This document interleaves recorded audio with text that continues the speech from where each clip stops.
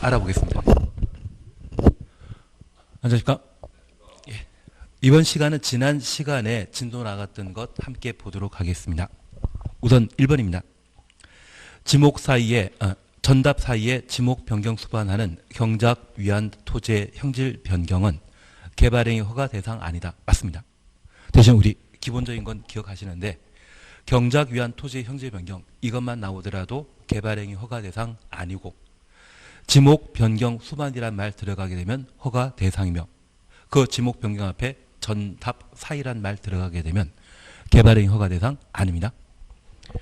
그래서 개발행위 허가 대상과 관련되어서는 허가 받지 않고 할 수 있는 네 가지를 꼭 한번 기억해 주시는데, 첫 번째, 도시군 관리 계획으로 결정해서 시행하는 공익 사업을 도시군 계획 사업이라 합니다. 이미 도시군 관리 계획으로 결정되었기 때문에 또다시 허가 받을 필요 없다라는 것 기억하시고, 두 번째는 방금 보신 지문입니다. 경작 위한 토지 형질 변경의 경우는 허가 없이 그냥 할 수 있습니다. 그리고 코로나와 관련되어 중국에서는 재복구 재난수를 위한 병원을 아주 큰 규모를 만들었는데 그러한 행위는 응급조치에 해당되는 것으로서 허가 없이 그냥 할 수 있습니다. 그리고 농사 지을 수 있는 땅으로서 녹지지역, 관리지역, 농림지역 안에 농림업용 비닐하우스를 설치하는 경우에는 개발행위 허가받지 않고 그냥 할 수 있는데, 이 농림업용 비닐하우스 안에 육상 어류 양식장 만들게 되면 그때는 허가 대상이라는 것 기억해 놓습니다. 그래서 허가 없이 할 수 있는 최소 네 가지는 꼭 한번 잡고 가셔야 됩니다. 그 이후 토지 분할에 관한 사항과 국가 지방자치단체가 주도하게 되는, 직접 시행하게 되는 토지 형질 변경이라면 허가 없이 할 수 있다는 것 기억해 놓습니다. 2번입니다. 도시개발 사업에 의해 건축물 건축하는 경우 허가 필요하지 아니하다. 도시개발 사업은 도시군 계획 사업의 한 종류이기 때문에 이미 도시군 관리 계획으로 결정해서 건축물 건축하는 사안입니다. 허가 없이 그냥 할 수 있습니다. 2번 맞는 지문입니다. 3번입니다. 농림지역 안에 육상 어류 양식장을 위한 농림업용 비닐하우스 설치는 개발행위 허가 대상 아니다. 허가 받아야 됩니다. 육상 어류 양식장이란 말 보게 되면 허가 대상이라는 것 확인해 놓습니다. 4번입니다. 개발행위 허가받은 사업 면적이 5% 범위 안에 축소되거나 축소 추천없습니다. 확장하는 경우에는 별도의 변경 허가 받을 필요 없다. 확장은 규모 달라지는 것으로서 허가 대상이 되게 됩니다. 이미 허가받은 사안을 변경할 때 원칙적으로 변경 허가 받아야 되지만 경미한 사항에 해당되는 경우에는 변경 허가 없이 특광시군에게 통지하고 변경할 수 있는데, 이 경미한 사항과 관련되어서는 우리 딱 두 가지만 하기로 했습니다. 축소, 그리고 사업 면적이 사업 기간이 단축되는 경우라고 하면 그때는 경미한 사항으로 변경 허가 대상 아니라는 것 확인해 놓습니다. 그래서 5% 범위 내 축소하는 것은 경미한 사항이지만 확장하는 것은 변경 허가 대상이라는 것 구분해 놓습니다. 그리고 허가 기준 면적에 관한 사항으로 주거적 상업지역의 경우는 만, 공업지역의 경우는 3만 제곱미터 미만인 때 개발행위 허가 받을 수 있는데, 개발행위 하고자 하는 자가 개발행위 받기 위해 특광시군에게 개발행위 허가 신청하게 되면 특광시군은 일정한 요건을 충족한 때 허가 여부를 결정하게 됩니다. 그 요건과 관련되어서는 토지 형질 변경과 관련된 면적이 작아야 된다는 것 기억해 놓으시고, 도시군 관리 계획에 부합되어야 합니다. 그래서 내가 위락시를 만들고자 한다고 하면 상업지역인 곳에만 건축할 수 있습니다. 아파트는 주택으로 사용할 수 있는 층수가 5개층 이상으로 제1종 전원주거지역과 제1종 일반 주거지역에는 건축할 수 없다. 그러면 제1종 일반 주거지역에 아파트 건축하겠다고 개발행위 허가 신청하게 되면 도시군 관리계획에 부적합하기 때문에 불허가 처분 대상이 되게 됩니다. 그리고 국토계획법이 만들어진 법의 취지는 충분한 기환경을 제공하기 위해 이 법이 만들어졌습니다. 그래서 이제는 비바람 피하기 위한 살만한 집만 만들어주는 것이 아니라 쾌적한 삶을 보장하기 위한 충분한 기반시설을 확보하는 것이 국토계획법의 목적이고, 이 국토계획법에 따라 새로운 도시가 만들어진 곳이 있다고 하면 세종시입니다. 그리고 최근 만들어지게 되는 2기, 3기 신도시라고 하면 충분한 기환경을 확보한 그러한 공간이 되게 됩니다. 그래서 신도시 개발 사업이 이루어지는 곳이 있다고 하면 그곳은 많은 사람들이 쾌적하게 살 수 있는 곳으로서 부동산과 관련되어서는 아주 가치 높습니다. 최근 하남 위례지구 열심히 만들어지고 있습니다. 그리고 수도권의 다산 신도시나 또는 3기 신도시 지정과 관련된 사안들이 발표되었는데, 내가 부동산 자격증 따시게 된다고 하면 부동산은 지금 당장 좋은 데는 하남입니다. 다만 얘가 최근 조정 대상 지역으로 지정되었기 때문에 분양권 전매는 좀 안 되지만 부동산 거래는 좀 활발하지 않나 싶습니다. 그래서 지금 돈 벌러 가겠다고 하면 이쪽 가는 게 제일 낫지 않나 싶습니다. 그러면 우리가 잠깐 구분하실 것이 있습니다. 현재 토지 형질 변경과 관련된 면적은 작아야 된다라는 것 기억해 주시고, 우리는 1, 2, 3이란 말로 그 면적 요건을 각각 구분하셨는데, 특별히 3만 제곱미터 미만의 경우는 도시지역에서는 공업지역 하나, 그래서 3입니다. 그리고 비도시지역에는 관리지역과 농림지역에서는 3만 제곱미터 미만인데 허가 받을 수 있고, 저 일을 거울에 반사하게 되면 숫자는 5로 보이는데 2개 용도지역에만 적용되게 됩니다. 도시지역에서 보전녹지역과 비도시지역에서는 자연환경보전지역인 경우는 토지의 형질 변경 면적이 5천 제곱미터 미만인 때만 허가 받을 수 있습니다. 그리고 이를 잘 살펴보다 보면 얘가 사자로 보이는 때가 있을 겁니다. 1만 제곱미터 미만은 주거지역과 상업지역, 자연녹지지역, 생산녹지지역인 경우에는 그 단위 면적이 1만 미만이었을 때 개발행위 허가 받을 수 있는 요건이 되게 됩니다. 그래서 면적 요건과 도시군 관리계획에 부합하는지 기환경, 그리고 2가지 우리가 더 챙기실 것이 있습니다. 이러한 3가지 요건 중에 조건 붙여 허가받을 수 있는 것은 기환경과 관련되어 가능하고, 이 조건 허가받은 자가 민간인 경우에는 이행보증금을 예치해야 되는데, 이행보증금의 2는 숫자 2죠. 공사비의 20%를 예치하도록 되어 있습니다. 그리고 준공검사 마쳐 조건부 허가사항을 모두 이행했다고 하면 이행보증금은 반환하게 됩니다. 그리고 2번째, 성장관리 방안이라는 게 있었습니다. 여기 성장관리 방안은 우리 자녀분들에게 치아 교정기 끼워주는 것은 그 치아가 예쁘게 잘 자라라고 치아 교정기 끼워주는데, 이 성장관리 방안은 유보 용도와 보전 용도의 성장관리 방안을 수립할 수 있습니다.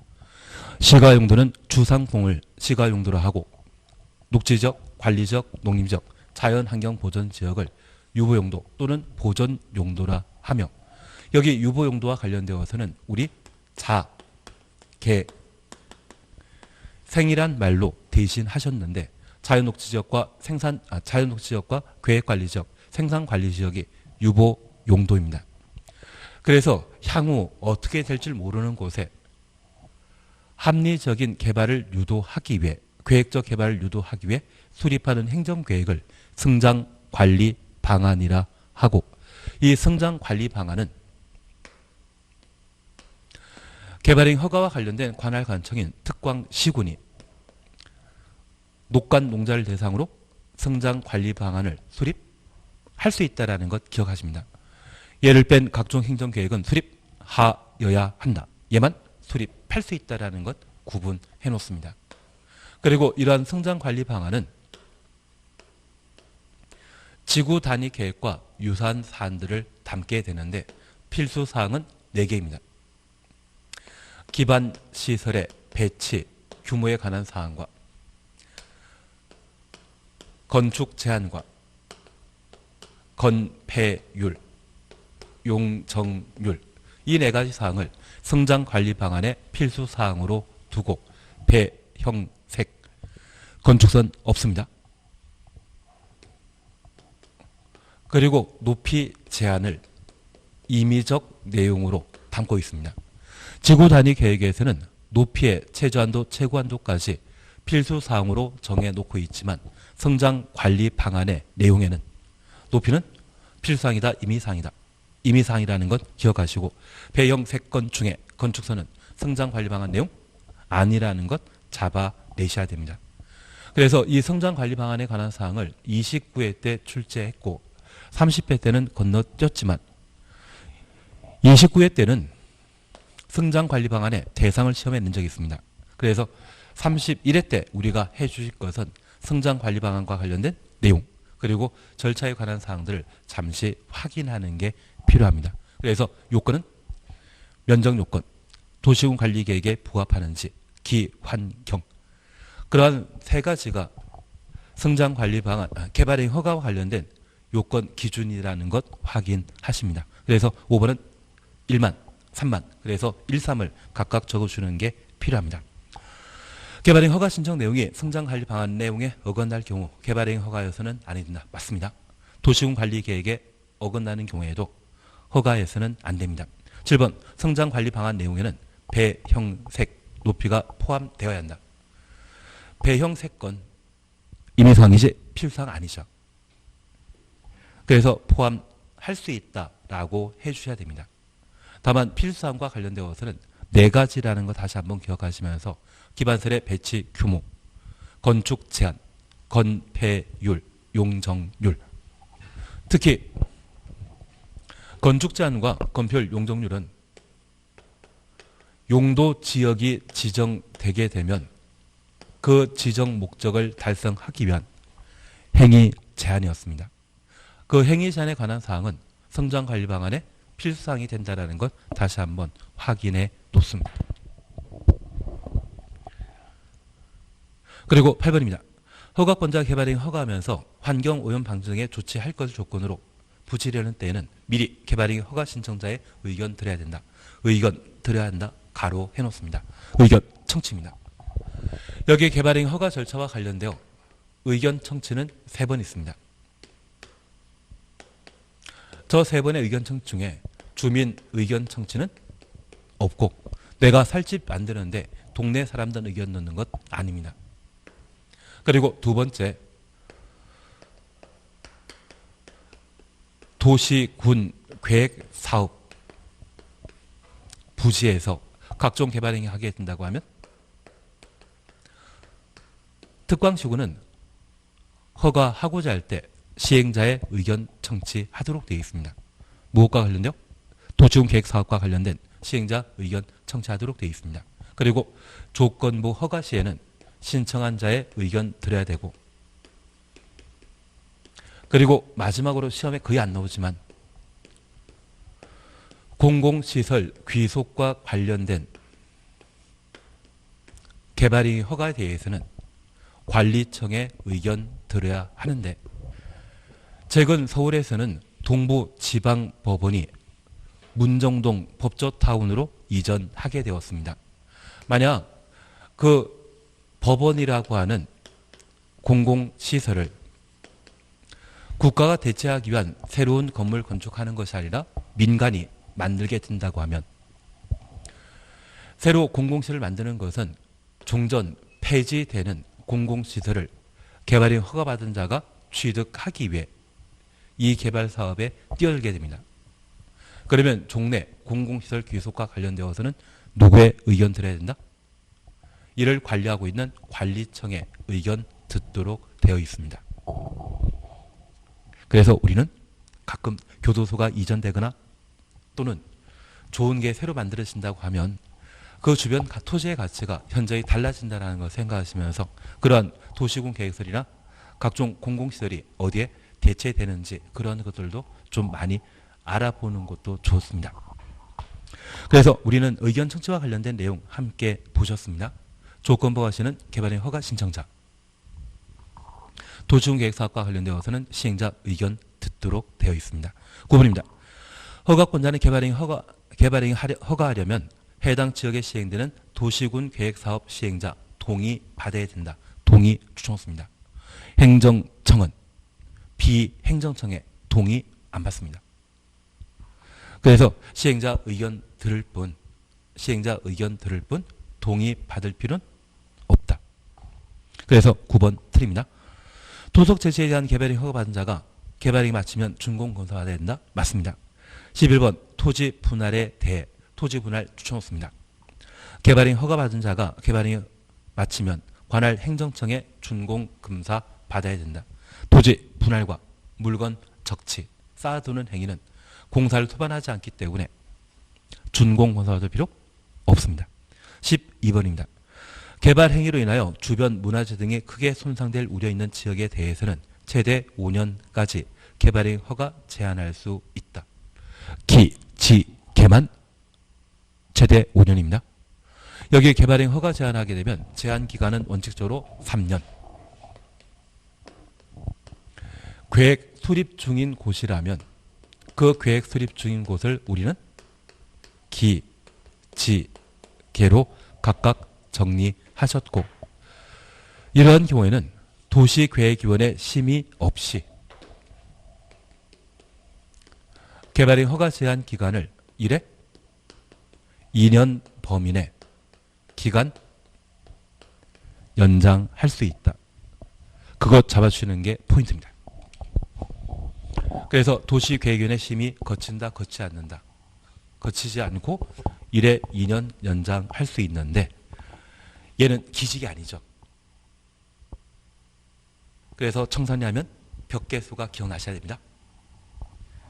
그래서 녹계수가 기억나셔야 됩니다. 녹계수가 기억나십니다.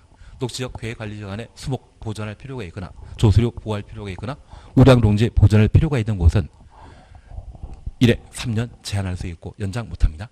그리고 개발행위로 문화재, 환경을 훼손하거나 오염시킬 상황이라고 하면 최대 3년간 개발행위 허가 제한할 수 있습니다.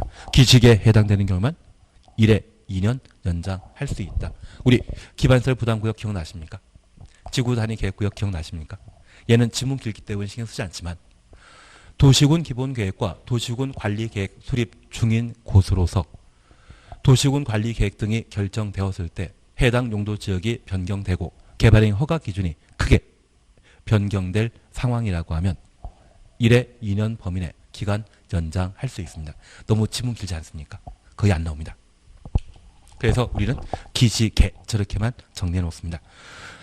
13번입니다. 지구 단위 계획으로 지정된 지역으로서 도시군 관리계획상 특히 필요하다 인정하는 지역에 대해서는 최장 5년 기간 동안 개발행위 허가 제한할 수 있다. 기, 지, 개죠. 맞는 지문입니다. 14번입니다. 무엇이란 개발 행위로 인해 기반설이 부족할 것으로 예상되나 기반설 설치하기 곤란한 지역, 곤란 추천없습니다. 예 보면 개발 밀도 관리 구역이죠. 건폐율 용적률을 대통령령이 정한 바에 따라 강화할 수 있는데 실제 용적률만 해당 용도 지역에 적용되는 용적률 50% 강화할 수 있습니다. 10층짜리 건물 건축한다고 하면 몇 층 건축해야 된다? 5층만. 15번입니다. 시장 또는 공수는 개발밀도 관리구역에서 해당 용도 지역에 적용되는 건폐율 및 용적률 최대한도 50% 강하여 적용한다. 여기 50%는 용적률만 적용되는 것이 아니라 이런 형태라면 건폐율도 50% 강화하는 상황이 되어버립니다. 그래서 15번은 드립니다. 그래서 50%를 말 나오게 되면 앞에는 뭐만 나와야 된다? 용적률만. 16번입니다. 기반 설치 필요하다 인정되는 지역으로서 전전용도 개발행위 허가 건수가 100건이었으나 전년도 개발행위 허가 건수가 110건 증가한 지역은 기반설 부담구로 지정하지 하여야 한다. 우리 20% 늘어나야 되죠. 전년도 개발행위 건수가 100건이었다고 하면 올해 전년도에는 120건 이상 되었을 때 기반설 부담구역으로 지정할 수 있습니다. 그래서 인구 증가율이건 개발행 허가 건수건 20% 증가한 지역이 기반설 부담구역으로 지정하여야 한다. 기반설 부담구역은 기반설이 적절하게 배치될 수 있도록 최소 10만 제곱미터 이상, 그래서 10 들어가줘야 됩니다. 그리고 18번입니다. 대학은 기반설 부담구역에 설치가 필요한 기반설에 해당한다. 대학은 시험 봐서 들어가기 때문에 그곳에 만들어지는 것 아닙니다. 대학 제외된다라는 것 기억해 놓습니다. 기반설 부담구역 지정 고시로부터 몇 년 되는 날? 1년이죠. 여기 기반설 부담구역은 지금 당장 개발 행위가 집중되는 곳으로서 신속하게 기반설 설치해 줘야 됩니다. 그래서 기반 설치에 관한 계획은 1년 내 수립돼야 되고, 수립되지 않으면 1년 되는 다음날 해제된 것으로 본다. 그래서 우리 공법에서는 국토계획법에서는 시료 몇 개 있다? 첫 번째, 시가조정구역이 있습니다. 시가조정구역은 시가조정구역 지정과 동시에 도시군 관리계획으로 시가화 유보기간을 결정하고 저 유보기간 만료일 다음날 시가조정구역은 효력 상실합니다. 그리고 두 번째입니다. 도시군 계획시설 사업과 관련되어 올해 실시 계획에 대한 시료 규정을 신설했습니다. 그리고 이 도시군 계획시설 사업이 몇 년간? 20년간 시행되지 않는다면 20년은 다음날 효력 상실한다. 그러면 여기 실시계획 시료와 관련된 대상은 장기 미집행 도시군 계획시설이 그 대상이고, 장기 미집행 도시군 계획시설 사업은 10년간 이루어지지 않아야 겁니다. 그래서 도시군 계획설 결정 고시일부터 10년 지나 실시계획 인가 받고 5년 이내 토지 수용과 관련된 재결 신청 없었다고 하면 5년 되는 다음날 실시계획은 효력 상실합니다. 그게 20년 이내에 이루어졌다고 하면 20년 되는 다음날 효력 상실하는데, 얘가 19년 차에 실시계획 인가받고 그때부터 5년간 재결 신청 없었다고 하면 5년 되는 다음날, 그래서 24년 차에 도시군 계획서 사업은 효력 상실한다라는 것 기억해 놓습니다. 그리고 두 번째입니다. 장기 미집행 도시군 계획설 사업으로 그 부지 면적 중에 3분의 2 이상을 시행자가 소유하거나 사용권 확보한 경우 5더하기 하면 7년 이내 재결 신청하지 않을 때 도시군 계획시설 실시 계획은 효력 상실한다라는 것 기억해 놓습니다. 도시군 계획시설 부지 모두의 소유권, 사용권 확보한 경우라면 효력 상실하지 않는다. 그래서 실시계획 실효에 관한 사항과 도시군 계획설 결정 고시로부터 20년 내 그 사업 시행하지 않는다면 20년 되는 다음날 효력 상실한다라는 것 기억해 놓습니다. 그리고 지구 단위 계획과 관계된 사항입니다. 여기 지구 단위 계획은 지구 단위 계획 구역에 수립되는 행정계획으로 구역 지정 후 3년 내 지구 단위 계획이 결정되지 않으면 3년 되는 다음날 효력 상실하고, 주민이 입안 제한한 지구 단위 계획이 결정 고시되고 몇 년? 5년 내 사업에 착수하지 않는다면 5년 되는 다음날 효력 상실합니다. 그리고 마지막, 기반설 부담구역 결정 고시 후, 지정 고시 후 1년 내 기반 설치 계획이 수립되지 않으면 1년 되는 다음날 효력 상실한다. 국토법상 실시계획은 시료 규정은 몇 개? 4개 존재한다라는 것 기억하시고, 시가조정구역과 도시군 계획설 사업, 지구 단위 계획, 기반설 부담구역, 이 4군데의 시료 규정 존재합니다. 올해 나오죠. 확신하면 꼭 정리해 놓으셔야 됩니다. 20번입니다. 기반설 부담구역에서 기반설 설치비용의 부과 대상은 연면적 100제곱미터 초과, 100이 아니라 200제곱미터 연면적 200제곱미터 초과하는 건축물 건축 대수선은 또 아닙니다. 신축하거나 연면적 200제곱미터 초과하는 건축물을 신축하거나 뭐하는 때? 증축하는 때만 설치비용 부과 대상입니다.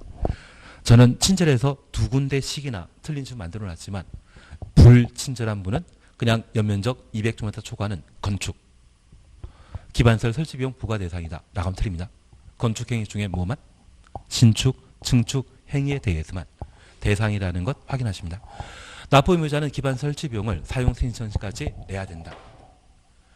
부과 절차인데 여기 기반 설치비용은 건축 허가 받은 날부터 2개월 이내 특광시구는 얼마 내라 통지하고요. 그리고 돈 낼 자는 건축공사가 모두 완료되게 되면 사용 승인 받아야 되는데 그 사용 승인 신청 시에 돈을 내도록 되어 있습니다. 통지는 언제까지? 허가받은 날부터 건축 허가받은 날부터 2개월 이내 통지하도록 되어 있고 돈은 언제까지? 사용 승인 신청 시까지 내야 한다. 그래서 21번 옳은 지문입니다. 그래서 지난 시간까지 국토계획법 함께 보셨는데 이 국토계획법이 잘 되셔야 됩니다. 그리고 얘가 잘 되면 나머지 법들도 좀 만만해집니다. 이번 시간에는 도시개발법을 함께 해나가십니다. 제 마음 같아서는 도시개발법을 3시간 만에 남아있는 시간 이번 주에 다 끝내고 싶은 마음이 굴뚝 같습니다. 왜냐하면 나중 우리가 4월달 정도에 모의고사 봤을 때 국토계획법이 출제되는 문제가 12문제인데 내가 8문제 맞춘다고 하면 바로 개발법 정리하는 게 가능합니다. 그런데 8문제를 못 맞춘다고 하면 개발법 정리하면 도시군 계획설 사업과 개발 사업 절차가 서로 헷갈려서 두 군데 전부 점수가 안 나오거든요. 그래서 시설 사업이 확실하게 체계가 잡힌 때 도시개발 사업 절차를 공부하셔야 되지. 그 전에 미리 공부하게 되면 얘가 개발법 내용인지 국토계획법 내용인지 심지어 정비법까지 공부하게 되면 얘가 세 개 내용들 중에 어디에 해당되는지 착각하는 경우가 발생합니다. 그래서 그런 부담을 덜어주기 위해서는 국토계획법이 잘 정리돼야 됩니다.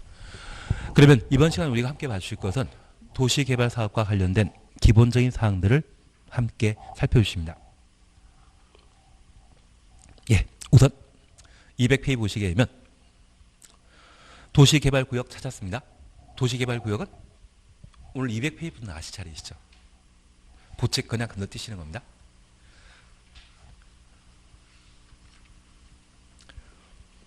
(200페이지부터) 반항하십니다. 중간에 시범도시 있고 뭐 좋은 이야기 있는데 좋은 이야기는 천천히 하시면 됩니다. 아니, 안 나옵니다. 잘 안 나옵니다. 가끔 한 20년에 한 번 나올 때 있지만 그런 거는 필요 없습니다. 바로 200페이지 보시게 되면 1. 도시개발구역 사셨죠. 도시개발 사업하는 장소를 도시개발구역이라 표현합니다. 그리고 2번 도시개발 사업이란 도시개발구역에서 주거 등의 기능이 있는 단지 또는 시가지를 조성하기 위해 시행하는 사업. 단지부터 조성까지 가로해 놓으시고 조성 줄쳐 놓습니다. 단지 조성하는 것, 시가지 조성하는 것을 도시개발 사업이라 표현합니다. 어디에서 이루어집니까? 도시개발구역에서. 그래서 가끔 우리 관광단지나 산업단지 이러한 곳을 들어보신 적이 있다고 하면 걔는 도시개발 사업 일환으로 만들어진 곳입니다. 그리고 신도시란 말은 법률 용어가 아닙니다. 도시개발법에서는 시가지 조성 사업이라 하지 신도시개발 사업이란 말을 사용하지 않습니다.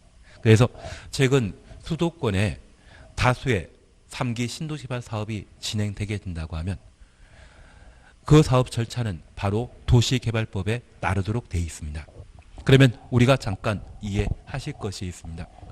우리는 국토계획법상 도시군 계획시설 사업을 보셨고 저 도시군 계획시설 사업이 이루어지는 것은 도시군 계획시설 부지에서 개발 사업이 진행되는 곳은 개발 구역에서.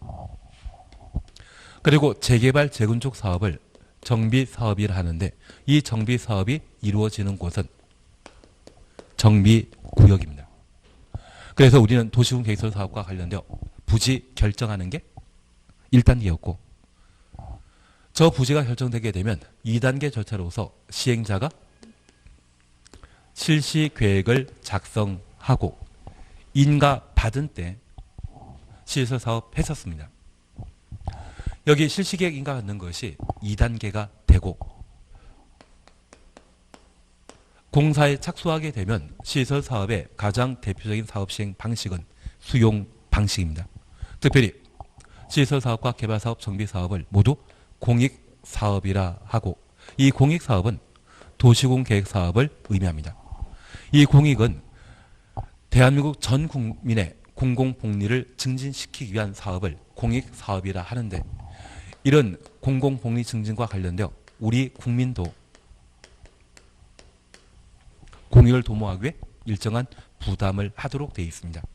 그러한 부담 방법과 관련되어 인적 부담과 물적 부담이라는 게 있습니다. 인적 부담이라고 하면 우리가 전쟁을 수용하게 되면 징집이라고 하는 또는 징용이라고 하는 그런 일들이 발생할 수 있습니다. 그게 인적 부담이 되게 됩니다. 외정 때 강제로 징용 나가신 분들 많으시거든요. 그러한 것들이 인적 부담에 해당되는 것으로 파악하시고 물적 부담과 관련되어서는 공익사업하는 장소의 땅을 사업 시행자가 강제로 수용, 사용할 수 있습니다. 그리고 공용 환지가 가능합니다.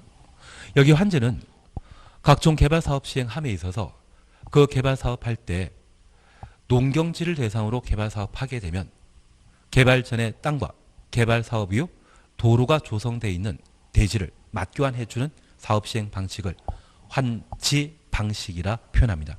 그래서 이 환지는 개발사업 다 끝나게 되면 토지 소유자에게 종전 토지를 대신해서 교환 보상하는 땅을 환지라 표현합니다. 토지 교환의 준말을 말한다? 환지라고 표현합니다. 그리고 정비사업과 관련되어 나중에 관리처분 계획을 우리가 함께 보시게 되면 공용 환권이란 말을 우리가 보시는데 15평대 아파트를 32평 아파트 분양해 주겠다고 토지 소유자의 동의 얻고 재건축 사업 등을 모두 완료하게 되면 32평 아파트 소유권으로 사후 현물 보상하는 경우가 있는데 여기 15평 아파트 소유권을 30평대 아파트 분양권으로 대신했다가 정비사업 다 끝나게 되면 30평 아파트의 소유권을 주는 권리가 계속 바뀌는 그런 사업 시행 방식이 있다고 하면 걔를 공용 환권이라 표현합니다. 권리 교환의 준말이라는 것 파악해 주시는 게 필요하십니다. 그래서 이 세 가지 방식이 이루어지게 되는데 시설 사업의 대표적인 사업 시행 방식은 수용 방식이고 개발 사업의 경우는 수용 방식 또는 환지 방식으로 시행하게 되며 정비 사업의 경우에는 이러한 두 가지 사업 시행 방식 외 추가적으로 공용 환권 방식의 정비 사업이 현재 진행되게 됩니다. 그러면 우리 잠깐 이해하실 것이 있습니다. 이렇게 시설 사업이 모두 완료되면 수용 방식으로 공사 착수하고 모두 공사 완료하게 되면 준공 검사에 관한 절차를 거쳐 공사 완료 공고하고 그 다음날 새로 학교가 만들어지거나 도로 만들어지게 되면 다음날 사용할 수 있습니다.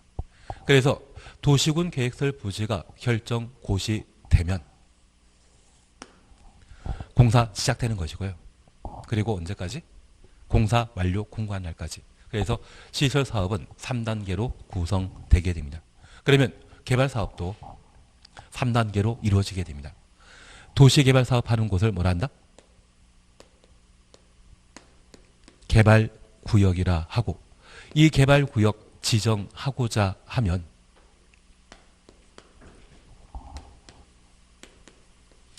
저 개발구역에 몇 층짜리 아파트 만들 것인지 폭 몇 미터로 확보할 것인지 그리고 상업용지는 어디에 만들 것인지 그래서 새로운 시가지 조성하고자 한다고 하면 개발계획 필요하거든요. 그래서 우리가 잠깐 이해하실 것이 있습니다.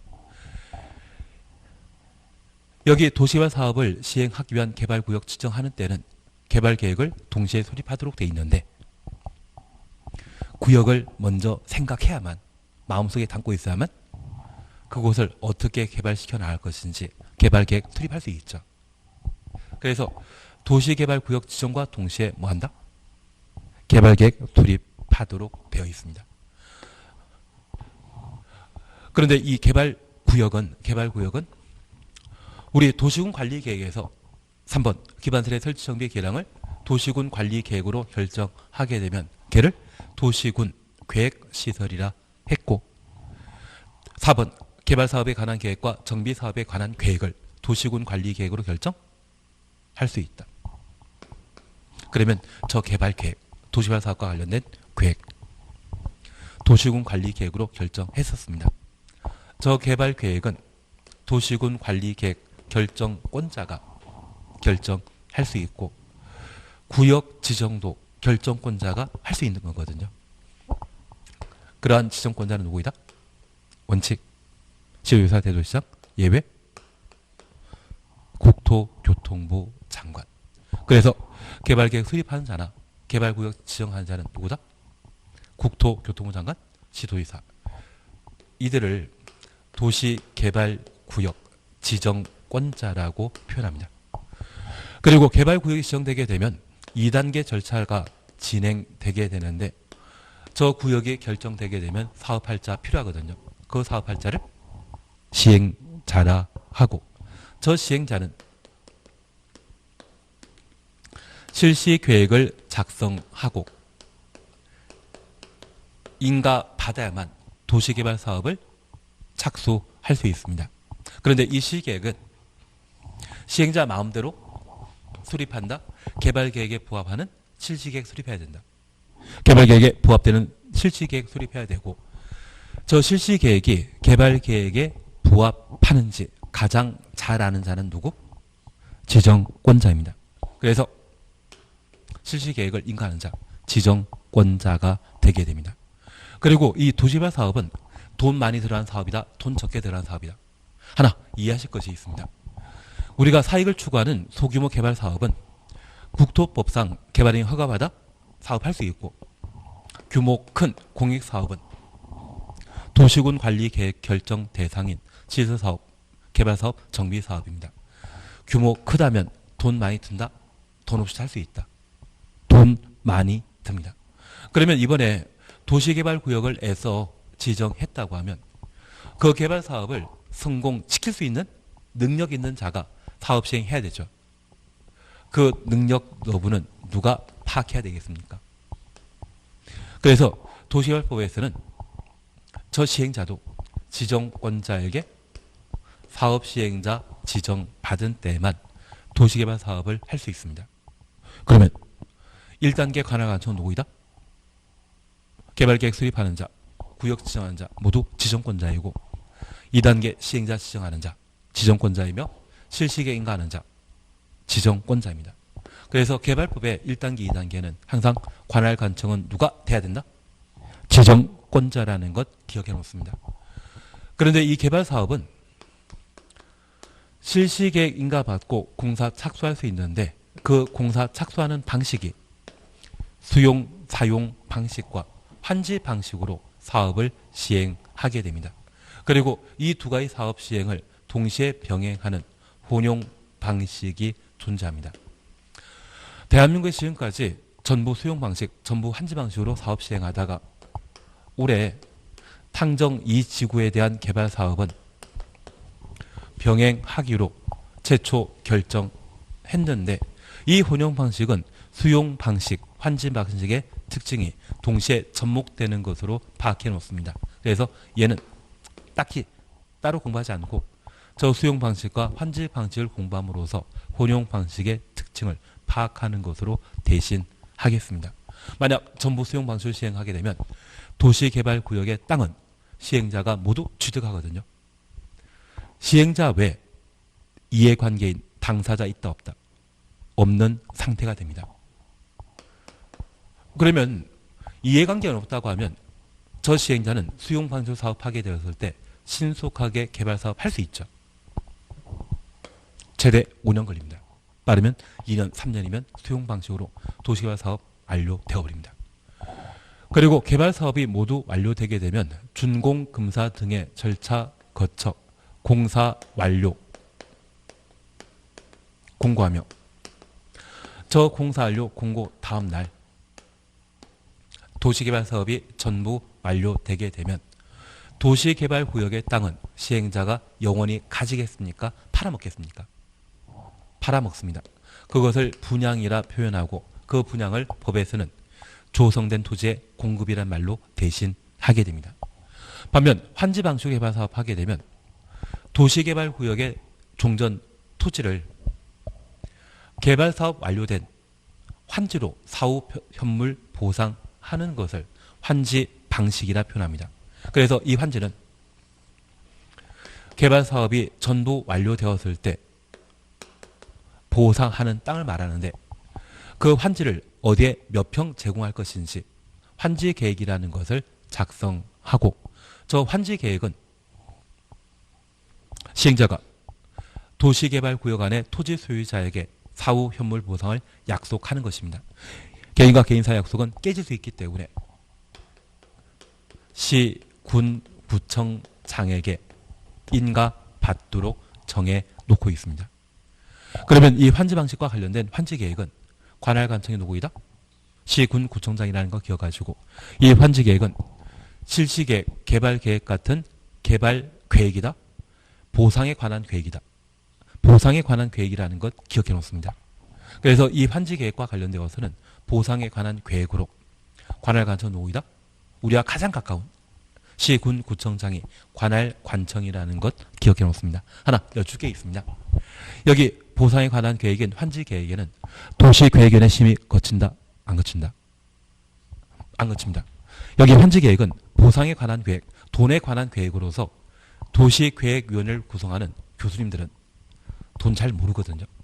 저 얼굴 보면 저도 돈에 대해 친하지 않아 보이지 않으십니까? 그래서 저 대신 돈 많이 버셔가지고 성공해 주시면 그게 땡큐입니다. 그리고 나중에 성공하셔가지고 학원 오셔서 원장님께 이번에 돈 얼마 벌었다고 자랑 한번 해주시면 참 괜찮지 않겠습니까?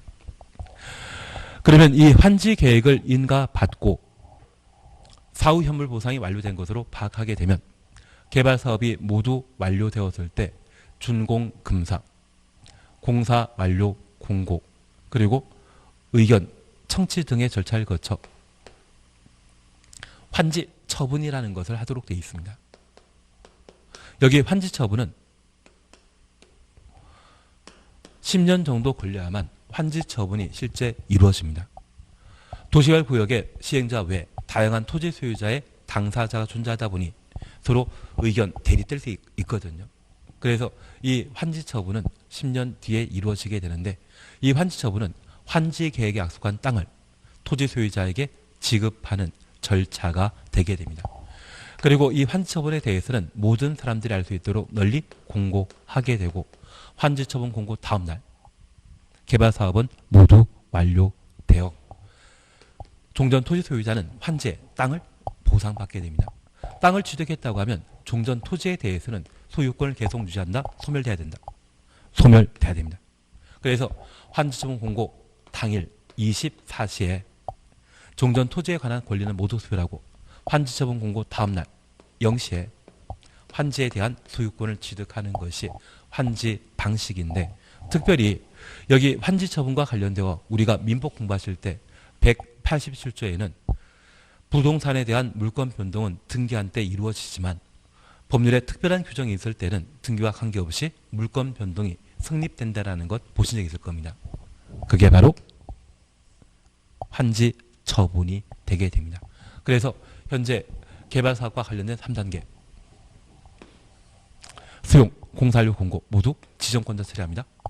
환지 계획은 누구? 시군 구청장. 그래서 환지 계획 인가만 시군 구청장이 관할 관청이고 나머지는 대다 지정권자가 관할 관청이다. 그걸 잡아놓고 해나가셔야 됩니다. 개발사업은 몇 단계로 이루어진다? 3단계. 잠깐 쉬었다 하십니다.